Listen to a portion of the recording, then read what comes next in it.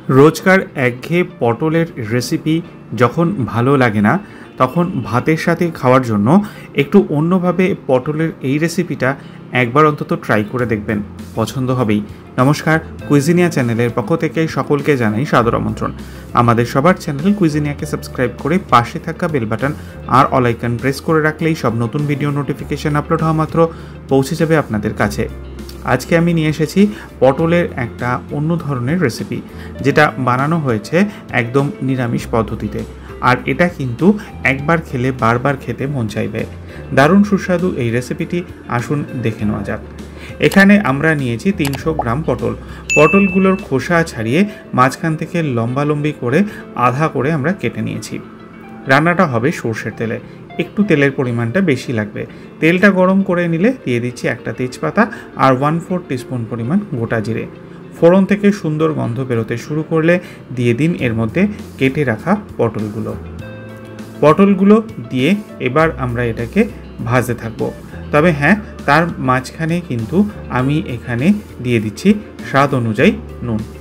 এবার পটলগুলোকে মোটামুটিভাবে 5 থেকে 6 মিনিট সময় নিয়ে মিডিয়াম ফ্লেমে হালকা আঁচে ভাজতে থাকুন, যাতে নাকি পটলগুলো বেশ সুন্দর করে ভাজা হয়। পার্থক্যটা দেখে বুঝতেই পারছেন পটলটা ঠিক কতটা সময় ধরে ভাজা হয়েছে। ঠিক এইরকমভাবেই কিন্তু পটলটা ভেজে নেবেন। আর আমরা কিন্তু রান্নাটা শুরু করার আগে একটা মশলা বানিয়ে রেখেছিলাম, সেইটা আমি দেখিয়ে দিচ্ছি।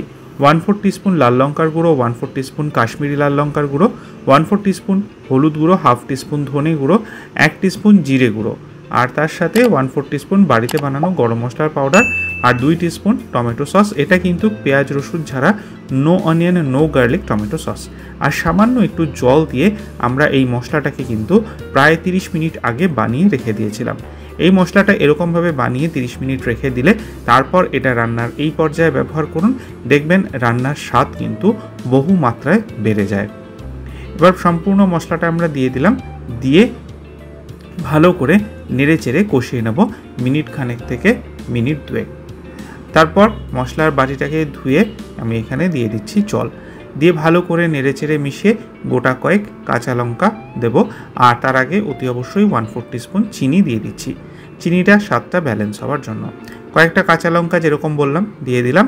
তারপর এটাকে আমরা ফুটিয়ে নেব মোটামুটিভাবে 7 থেকে 8 মিনিট লো টু মিডিয়াম ফ্লেমে কিন্তু আমি এটাকে রান্না করেছি। দেখুন এটা কিন্তু আমার এখন 7-8 মিনিট পর হয়ে গেছে। গ্যাসের ফ্লেমটা অফ করে দিলাম। তৈরি হয়ে গেল দুর্দান্ত সুস্বাদু এই তেল পটলের রেসিপিটি। বাড়িতে অতি অবশ্যই ট্রাই করে খেয়ে কমেন্টে জানান কেমন লাগলো। যদি ভালো লেগে থাকে বরাবরের মতো একটা লাইক এবং প্রচুর শেয়ার করতে ভুলবেন না যেন। যারা এখনও চ্যানেল কুইজিনিয়াকে সাবস্ক্রাইব করেননি, অনুরোধ করবো চ্যানেলটাকে সাবস্ক্রাইব করে এই পরিবারের সদস্য হয়ে যাওয়ার জন্য। লাইফ ইজ প্রেশাস, গল্পে শেখালে কাল চ্যানেল দুটিকে সাবস্ক্রাইব করতে আজকের ভিডিওর ডেসক্রিপশন বক্সের লিঙ্কটা প্লিজ চেক করে নেবেন। সবাই ভালো থাকবেন, সুস্থ থাকবেন। নমস্কার।